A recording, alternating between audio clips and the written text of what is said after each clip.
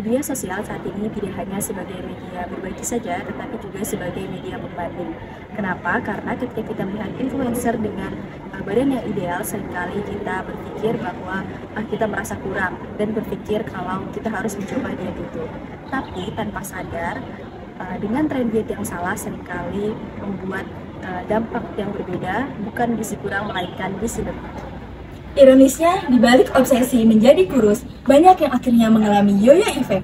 Berat badan naik lebih tinggi setelah berhenti diet. Inilah paradoks media sosial.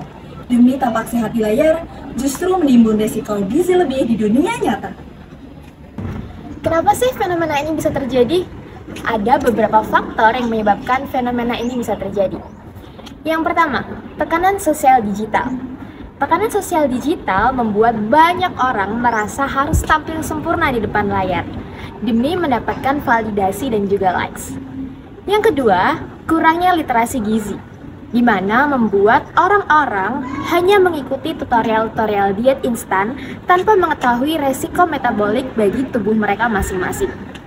Yang ketiga, kebiasaan balas dendam makan setelah diet yang ekstrim, di mana hal ini membuat kebiasaan tubuh itu memerlukan asupan kalori yang lebih banyak, sehingga mereka akan makan lebih banyak dan membuat penumpukan lemak terjadi lebih banyak.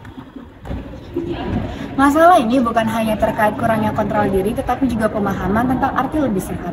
Banyak orang yang berfokus pada angka timbangan, bukan terkait dengan keseimbangan gizi. Diet tidak sehat dapat menyebabkan dua dampak besar. Yang pertama, dampak kesehatan. Diet ekstrim mengganggu metabolisme tubuh, menyebabkan defisiensi zat gizi, dan juga menyebabkan meningkatnya resiko reborn obesity atau gizi lebih sekunder. Akibatnya, penyakit tidak menular seperti diabetes, hipertensi, dan juga kolesterol menjadi meningkat.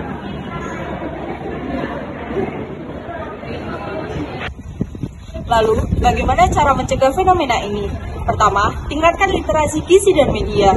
Kenali sumber informasi yang valid, bukan hanya sekedar viral. Kedua, biasakan pola makan sesuai isi piringmu, seperti karbohidrat, protein, sayur, buah, dan air putih.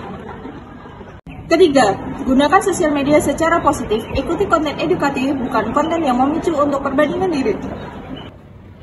Media sosial bisa jadi bermata dua, menginspirasi tapi juga menjerumuskan. Jangan biarkan algoritma menentukan kesehatanmu. Gizi lebih bukan hanya karena makan berlebihan, tapi juga karena salah paham terhadap konsep diet sehat.